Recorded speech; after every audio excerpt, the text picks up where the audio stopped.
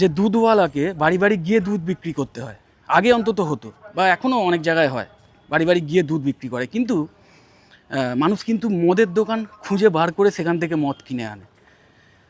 কিন্তু দুধ উপকারী জিনিস, আর মদ কতটা ক্ষতিকর সেটা তো বলার মানে অপেক্ষা রাখে না। তো সবসময় যে ভালো জিনিসটাই লোকে যেচে কেনে আর খারাপ জিনিসটা লোককে জোর করে অ্যাপ্রোচ করতে হয় তা নয়। আর বরং আজকের যুগে একটু কলিযুগ, তো একটু উল্টোটাই স্বাভাবিক।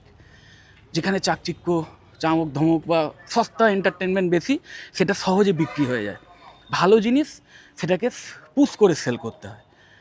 সব ক্ষেত্রে যে সেটাই তা নয়, কিন্তু এটা একটা ব্যাপার। তো এইরকম মিসকনসেপশন রেখো না। আলটিমেট যে ব্যাপারগুলো, পড়াশুনো যখন ভালো হচ্ছে, প্লেসমেন্টের কমপ্লিট অ্যাসিস্ট্যান্স যখন দেওয়া হয় দেখছো, তাহলে নিশ্চিন্তে পড়াশুনো করো এবং সেটাই আলটিমেট।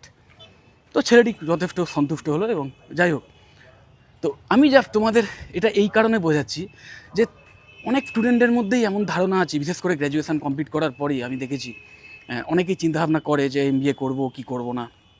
অনেকে তাদের এমনও বোঝায় যে এমবিএ করতে গেলে আবার তো মিনিমাম 5-6 লাখ টাকা খরচ হবে, তার চেয়ে ওই টাকা দিয়ে একটা বিজনেস কর। তো আমি মানে একটাই কথা, মানে আমার যেটা আইডিয়া, যে বিজনেস 5-6 লাখ টাকা দিয়ে অবশ্যই স্টার্ট করা যায়। কিন্তু সেই বিজনেসও মানে তখনই ঠিকমতো চলবে যদি তোমার সেই বিজনেস রান করানোর ঠিকমতো নলেজ থাকে। আর বিজনেস, অনেকে ভাবে যে টাকা থাকলেই বোধহয় বিজনেস করা যায়। এটা সম্পূর্ণ ভুল ধারণা। যে টাকা থাকলেও কিছু জিনিস কিনলাম আর এর বেশি দামে বিক্রি করে দিলাম, তাহলেই বিজনেস হয়ে গেল। এটা বিজনেসের সহজতম জাস্ট একটা উদাহরণ বলতে পারো, যে কম দামে জিনিস কিনে বেশি দামে বিক্রি করা। কিন্তু জিনিসটা বেসিক্যালি ভীষণ টাফ এবং ভীষণ টেকনিক্যাল। এবং আজকের যুগে এত রকম টুলস ইউজ হচ্ছে না একটা বিজনেস রান করানোর জন্যে, তো সেইগুলো শিখতে গেলে অবশ্যই তোমাকে এক্সপার্টদের থেকে শিখতে হবে। এবং এই বিষয়ে যদি প্রপার একটা পড়াশুনো থাকে, তাহলে ভীষণ হেল্প করবে তোমাকে ভবিষ্যতে এই বিজনেস স্টার্ট করার ক্ষেত্রে বলো, রান করানোর ক্ষেত্রে বলো। আর চাকরির জগতে তো বটেই।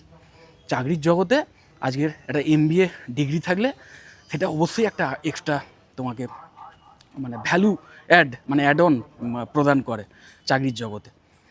একটা বিজনেস স্টার্ট করতে গেলে তুমি যদি নিরক্ষর হও, তাহলেও তোমায় কেউ প্রশ্ন করবে না। এবং আমি বলছি না যে যে বিজনেস রান করাতে গেলে বিশাল হাই এডুকেশন দরকার হয়, নিরক্ষররা বা পড়াশোনা যারা কম লেভেলে করেছে তারা বিজনেস করতে পারে না, তা নয়। অনেক উদাহরণ আছে যে খুব কম শিক্ষাগত যোগ্যতা নিয়েও অনেকে বিজনেস করে খুব ভালো দাঁড়িয়েছেন, দারুণ বিজনেস চালাচ্ছেন। কিন্তু সেটা হচ্ছে এক্সেপশন, এবং এক্সেপশন ইজ নট ল।